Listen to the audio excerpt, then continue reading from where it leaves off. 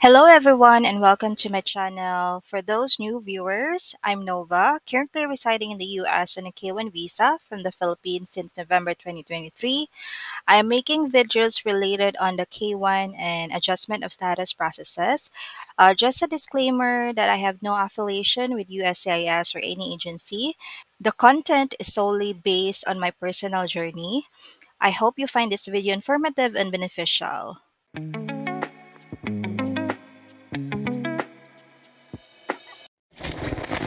So for today's video, guys, I'm going to share about how to fill out the form for the application to register permanent resident or adjustment of status, which is the form I-485.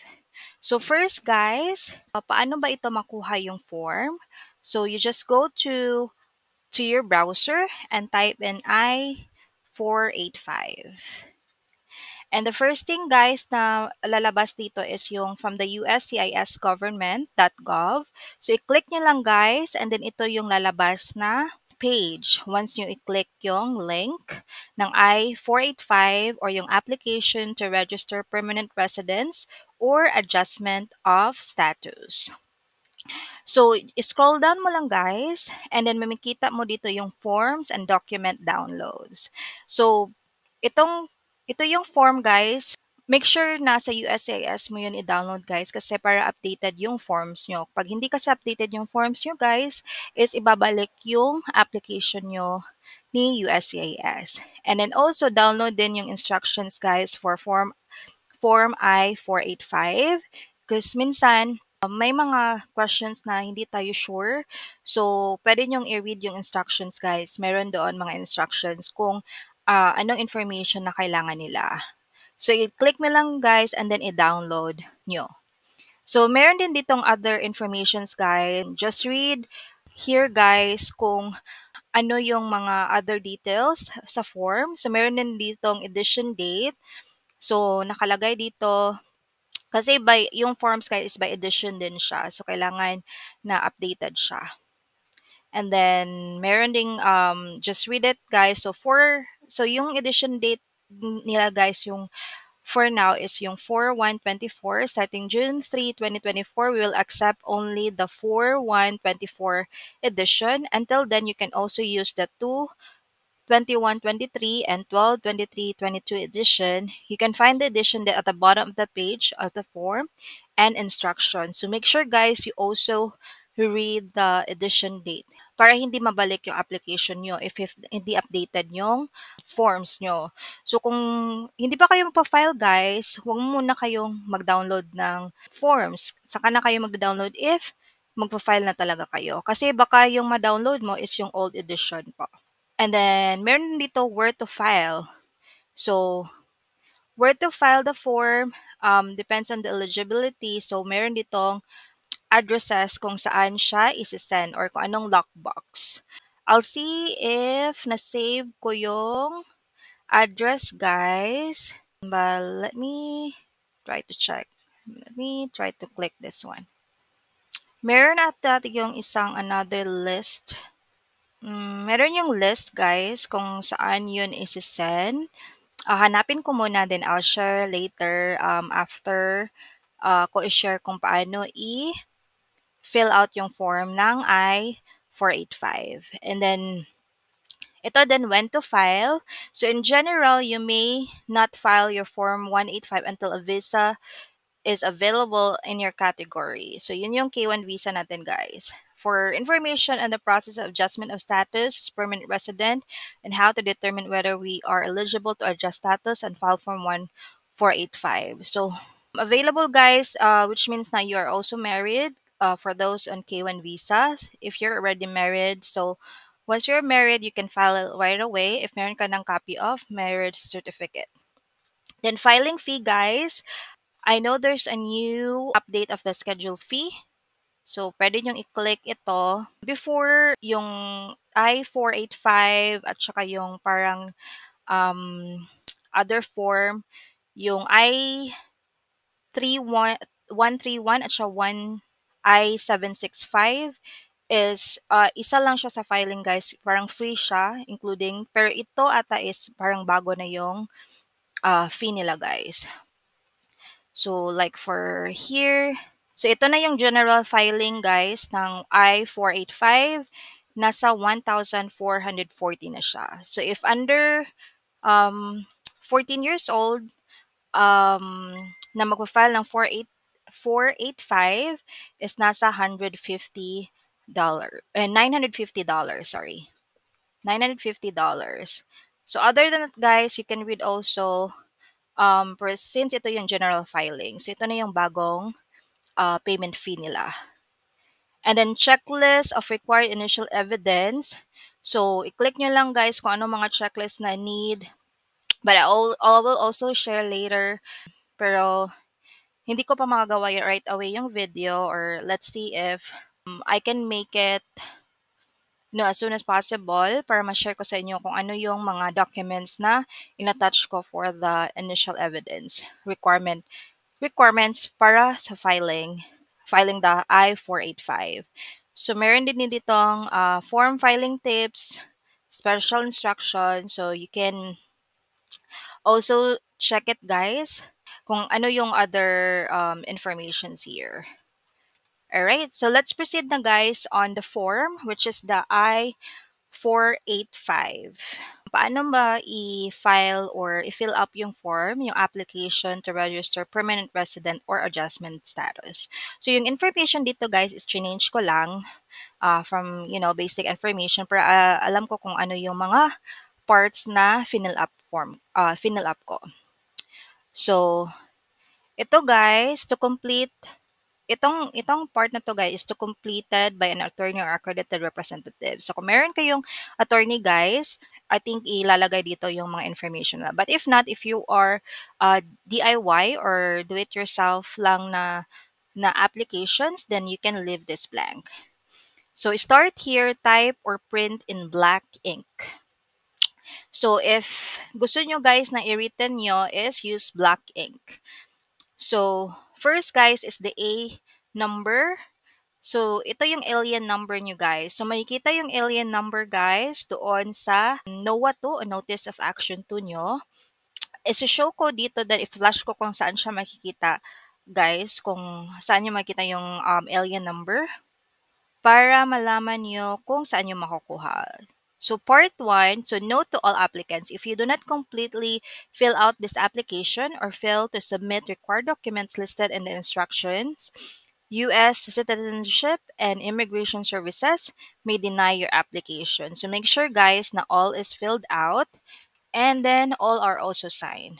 So, bago nyo i-submit is double check para make sure na hindi ba mababalik yung application nyo. So, part 1 guys, information about you. So, you as the beneficiary. So, your current legal name. So, ito yung nilagay ko dito guys is yung married name. So, for example, so this is not my name guys ha. Naglagay lang ako ng, dummy name para makita nyo lang kung paano ko fill up. So, family name, example, Smith, given name, Maria, and then middle name, Makiling. So, ito na yung married name na nilagay ko dito for the current legal name. And then for other names that you have used since birth, if applicable, so dito ko guys ilalagay yung single name ko. So for example, family name Makiling, and then given name Maria, and then middle name is Adoracion. So yun lang yung inad ko na information dito guys. For 31A, I think other names to. So you put lang NA, NA, NA. If hindi nyo ma-type dito guys, you can put yung ball pen, or once ma-printed na, you can write it with the pen. Or malimutan mo na hindi nilagay ng NA. So just put NA. Nilagay ko lang guys yung mga blank na mga NA na hindi applicable para at least hindi siya ma-denied, because I think same case with yung sa K1 visa, yung form is dapat walang blank. Walang i-leave na blank. Kasi pag may ma-leave na blank, possible na babalik yung application nyo. Or unless na hindi siya needed information, like na-grade out nila. Pero sa akin, in my case guys, is kahit naka-grade out siya, nilagay ko pa rin ng NA.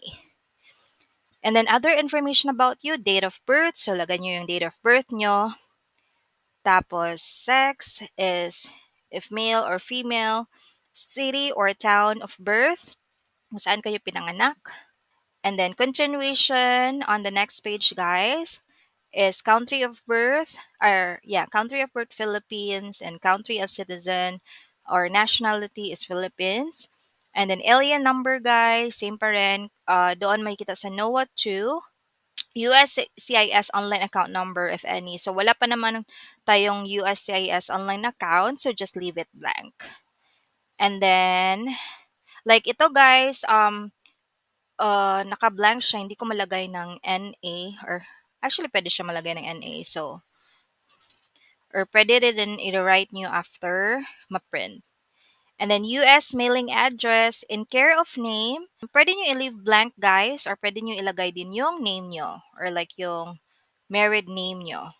So let's say Maria, married name na pala. So I'll change it. Sorry. I'll change it to Smith, Maria Smith. And then street name, PO Box. Usually yung mga mailing address is PO Box, or yung home address nyo if doon usually nyo pinapasend yung mga mails nyo. So for example, if PO Box 201, and then city or town, Per Blossom, and then state California, zip code 93553.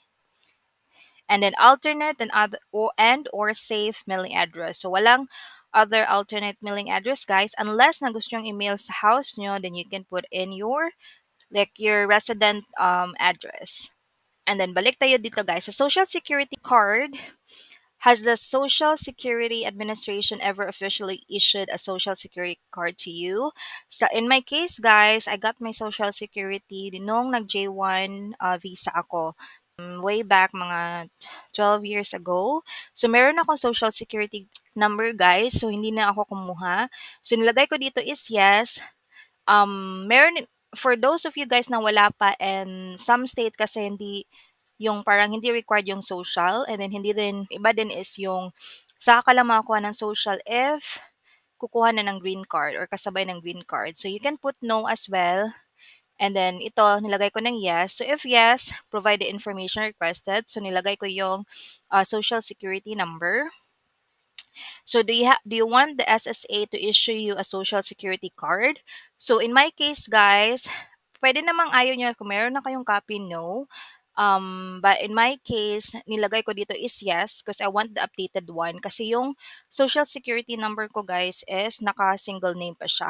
So yung gusto ko magpa-issue ng another one na married name na. Yung for example, Maria Smith na siya. Hindi na siya yung Maria Makiling na single name. Rather than pupunta pa kayo ng Social Security, guys, magpa-adjust pa kayo, magpa-change pa kayo, double work na. So why not during the AOS process is i-yes na lang para sila na diretsyo nang ipadala nila or send nila yung new Social Security card mo.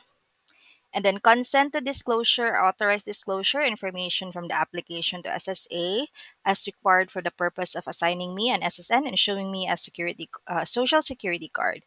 So yes pa rin yung nilagay ko. And then dito guys, provide the information or recent immigration history. So provide the information for the items 18 to 24 if you last entered the United States using a passport or travel document. So dito guys, ilagay mo yung passport number mo. And then yung travel document number used guys is NA. Nilagay ko lang NA. And then yung expiration date is yung expiration date ng passport mo. And then country that issued this passport, so Philippines. And then nomination visa number from this passport, if any. So nilagay ko yes, I think yung may red part ng visa ko, ito yung nilagay ko. And then place of last arrival in the United States. So kung ano yung point of entry nyo guys, yun yung ilalagay nyo na city or town. So in my case, New York, state New York. And then last date of arrival, so kung ano yung date of arrival nyo, 11/30/2023. Or ano din yung nakatatak doon sa entry nyo guys sa USA. So next information guys, next page tayo. So part 1 information about you pa rin. So when I last arrived in the US or United States, yung nilagay ko lang dito guys is yung 25A was inspected at the port of entry and admitted as, for example, nakalagay dito. Sa akin guys, nilagay ko fiancé visa. And then others guys, blank. Then if you were issued a I-94 departure record number, form I-94 arrival departure record. So, makikita nyo guys yung arrival departure record number doon sa I-94. Either na-share ko na tong video guys before I uploaded this video. So you can check it out if I have uploaded. If not, it will be after this video for the I-94, how to get the I-94. And then the expiration guys shown in the form I-94, yung date kung ano yung expiration date doon. And then status of I-94, for example, class admission or parole, if paroled. So wala naman nakalagay doon guys, so I've just put NA. So what is your current immigration status? If it has changed since your arrival. So nilagay ko lang dito guys is NA pa rin. And then, kasi wala naman nag-change ng status ko. Hindi pa man nag-change yung immigration status ko. So, provide your name exactly as appears on I-94. So, kung ano yung name na appears on the I-94 guys is yun yung ilagay ninyo. First name, family name, given name, and then middle name. And then sa part 2, application type or filing category. So, dito guys, nilagay ko is I am applying to register a lawful permanent residence or adjustment of status to that of a lawful permanent resident based on the following immigrant category. So sa akin guys, person admitted to the United States, under siya sa family base, so it is the person admitted to the United States as a fiance or child of a fiance of a U.S. citizen, Form 1, I-129F, K1 or K2 non-immigrant. So ito yung select kasi I'm from K1 visa. And the rest guys like deployment base, special immigration, asylee or refugee, trafficking victim or crime victim, special program, additional options, leave ko lang siya as blank. Then next is, are you applying for an adjustment based on the Immigration Nationality Act INA, Section 245I? Nilagay ko is no. And then, if you are the principal applicant, provide the following information. So, receipt number of underlying petition, if any. So, ito yung nasa NOAA 1 or 2 guys na receipt number. And then, priority date underlying petition, if any. Ito yung NOAA 1 date ko guys. Yung lagay ko sa NOAA 1. So, makikita nyo yung information doon. Tapos, if you are derivative applicant, the spouse or unmarried child under 21 years old of a principal applicant, provide the following information of the principal applicant. So, NA lang for me, guys. And then additional information, part 3, additional information about you. Have you ever applied for immigrant visa to obtain resident status of U.S. Embassy or U.S. Consulate abroad? No. Sinlagay ko lang is no. And then ito guys is blank lang. And then additional information about you guys. Ito naman is address history. So physical address 1 is yung current address. So ito yung kung saan kami katira. So let's say ito yung example guys, ito yung address. So 12302 Pearl Blossom Highway, City Pearl Blossom, State California, zip code 93553, and then country USA. Then that date of residence, so from when nag-start until present.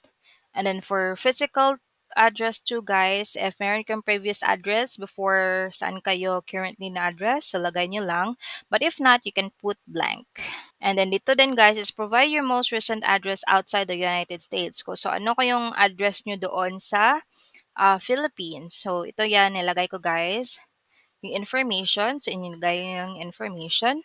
Street name, city, state, wala naman tayong state, province, postal code, country, Philippines. So for example guys, yung sa street name, pag hindi na siya, kasi hindi mo siya malalagay lahat yung address. So pwede guys, i-blank nyo to, tapos i-write nyo with the pen. Sa akin guys, kulang nga to, pero inad ko na lang with the pen para complete na siya.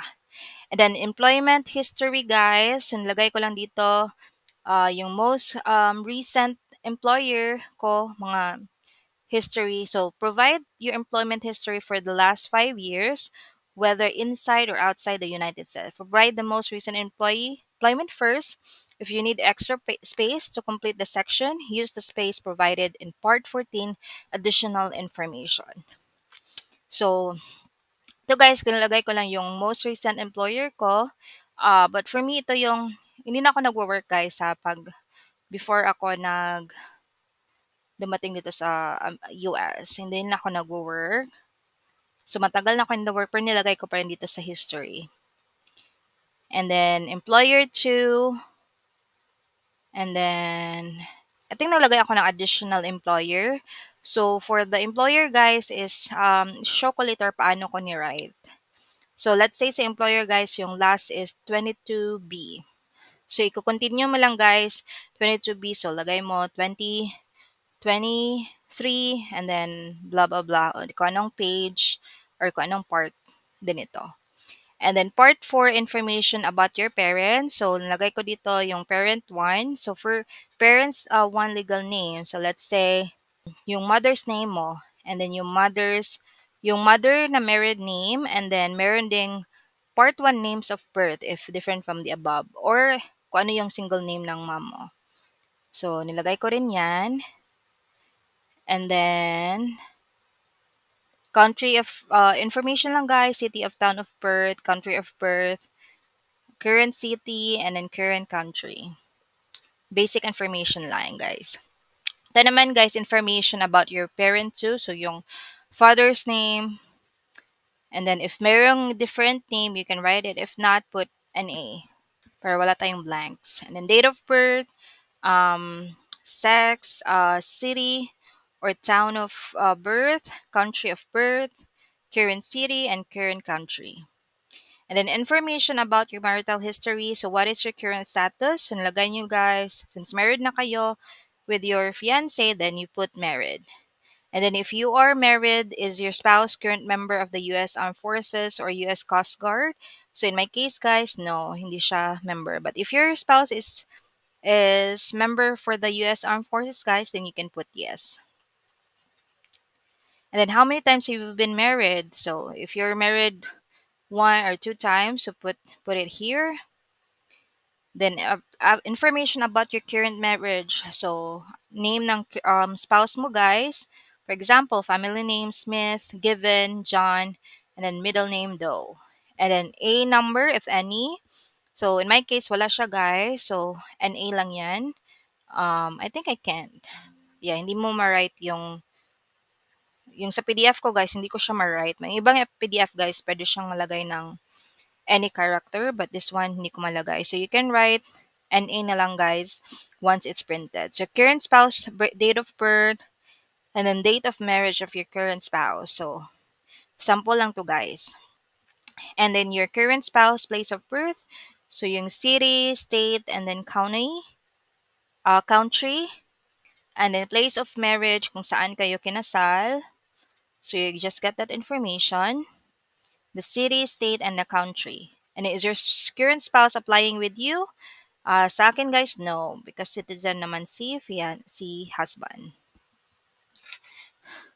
So information about your marital history, continuation on the next page, and information about your prior marriages, if any. In my case guys, wala naman, so I just put an A. So walang NA lang siya. So indicate the number or total number of all living children, including adult son and daughters that you have. So in our case, guys, wala. Both don't have any children. And then additional, provide the following information. If each of your children, if you have more than 3 children, use the space provided in the part 14 additional information. So wala din guys, I just put an A. And continuation again guys for the about children, so we just put an A. Then part 7, biographic information. So ethnicity, select one in the box. So this one, guys, is not Hispanic or Latino. And then race is Asian. Height, um, nagay ko dahil 5'2", weight, example, 150 pounds. And then eye color, black, hair color, black. Or kung anong sa inyo, guys. So just select it. And then part 8, general eligibility and inadmissibility grounds. So have you ever been member of or violent in or any way associated to the organization? So no. So dito, guys, naka-grade out na siya. So pwede din after you print out, you can put an A. So wala ko nilagay dito. It's about that organization. So most of this item, guys, on part 8 is mga about mga criminal records or violations or whatnot. Ito nga, general eligibility on and inadmissibility grounds. So, all of my answer here, guys, or no, unless it's applicable to you, then you could put yes. But I think you have to explain if it's yes. For example, let's say yes, or I think you have to require. Meron bang?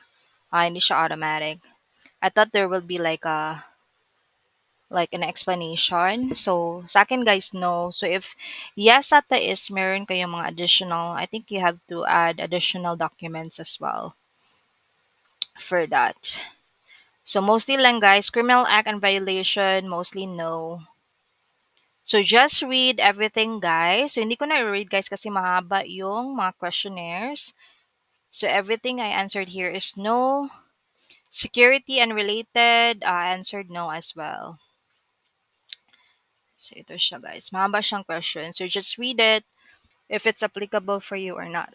And then, public charge, I also put no. So, ito may mga, for example, this one, guys, are you subject to public charge ground of inadmissibility under INA Act, or INA Section 212A4? So, sa akin, no. If you say yes, then there will be additional information that you need to answer. So, sa akin, guys, leave blank lang. Ito, mga blank lang din. Blank lang din ito because I don't have any, mostly no. So make sure, guys, you read the all the items or kung anong i-answer. Like for example, this one, illegal interest and other living immigration. Have you ever failed or refused to attend remain in attendance or renewal proceeding filed against you or after April 1, 1997? So no. Then merong other backup like if you answered item 69A, yes, do you believe you have reasonable cause? So if you answer as well, item number 69B, so i-check nyo lang. So sa akin, wala, na leave ko lang blank if hindi naman siya applicable.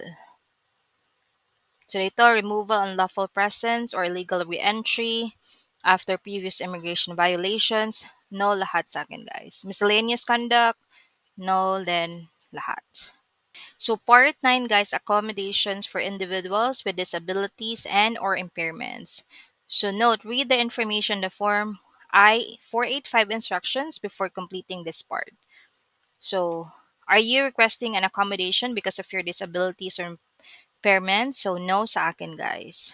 If applicable naman for you guys is then you have to answer these questions. So applicant statement, contact information, declaration, certification, and signature. So, applicant statement. So, dito, guys, select the box of either item 1, number 1A or 1B if applicable. Then, select the box for item number 2. So, sa akin, guys, 1A lang, I can read and understand English and I have read and understood every questions and instruction in this application and answer to every question. So, ito yung chinek ko, guys. Then applicant's contact information. So nagay ko lang yung phone number. If you have additional phone number, then you can write it here. And then your email address mo. And then part 10, application statement. So just read this, guys. And then yung signature. So ito guys, hindi mo naman signature unless na ipiprint mo. So ilagay mo lang dito. And then date of signature. So ito guys is black pen na to. Kailangan siya na in ink talaga. Hindi siya digital na signature. Kasi hindi nila yan i-accept. Then part 11, interpreter's contact information. So wala naman ako interpreter. So I just put an A. So ito guys, hindi ko malagay ng NA. So all the blanks na hindi required sa akin guys is nilagay ko lang ng NA. So ito NA na guys about the interpreter or preparers. Kung meron nag-prepare sa iyo like for agency or yung mga attorney or lawyers, then I think they gonna fill out this prepare full name if sila yung gumawa ng application. And then signature. And this one guys, just leave blank because this is for the USCIS officer. So, part 14, guys, additional information. Ito, guys, is automatic na ito. And then, yung A number nakalagay. So, dito, guys, nilagay ko lang kung anong part na additional call. Like, for example, page 6, part number 3, and item number 23. So, ano yung sunod na number, guys? This one is yung additional company ko, guys. Is yun yung nilagay ko dito. So, additional siya na pages. If kulang pa rin, guys, you can print another one, the part 14, and then write it down. So, yun lang guys on how to fill up the form I-485. For the form guys, yung form na ginamit ko guys is yung expires 2/28/2026. And then sa lower part edition is 2/21/2023. So, valid pa rin siya. So make sure to read the instruction guys here on the website sa usas.gov. As I mentioned earlier guys, i-share ko kung saan isi-send yung for adjustment of status or kung anong lockbox yung isi-send yung application nyo. So 'di ba dito sa form nakalagay dito is where to file. So i-click nyo yung direct filing address form. And then, ito yung page guys na lalabas. So, diba doon sa category natin, doon sa form, is naka-under tayo sa family-based adjustments. So, i-click nyo lang dito guys, go to USCIS lockbox filing location chart for certain family-based forms. Once you click this one guys, ida-direct kayo dito sa lockbox chart nito. So, nandito din yung I-131, 131, and then 765, and I think meron din tayong 824. Wala pala. Ito lang 765 for employment authorization and then 131 for travel document. Ito pala yung I-64 affidavit of support. So, including din siya. Attached siya guys sa I-485. So, here guys, ito yung mga states. So, hanapin nyo lang yung mga state nyo, guys. Kung anong state kayo, and then doon nyo isi-send. In my case, California, guys. So, hinanap po yung California. So, California is here. So, yung lockbox namin, guys, is sa Chicago. So, if magsisend kayo sa USPS, guys, ito yung address nyo. And then, if gusto nyo namang isi-send via FedEx, UPS or DHL deliveries, ito yung address. So, make sure guys you have the correct address kasi pag hindi, is mababalik yung application nyo. So, yun lang guys. Later, I will share as well kung paano ko final yung application ko. So, it will be on a later video. But for now, I will share other forms, yung mga other forms na i-fill up, kung paano yun i-fill up. And then, I'll probably share with you, depende guys kung anong mauna kong video. So, if you do have any other questions, guys, I will try my best to answer your question. And please comment down below. And for any questions or whatnot, I hope this video helps. And thank you for watching. And see you on my next vlog. Bye for now.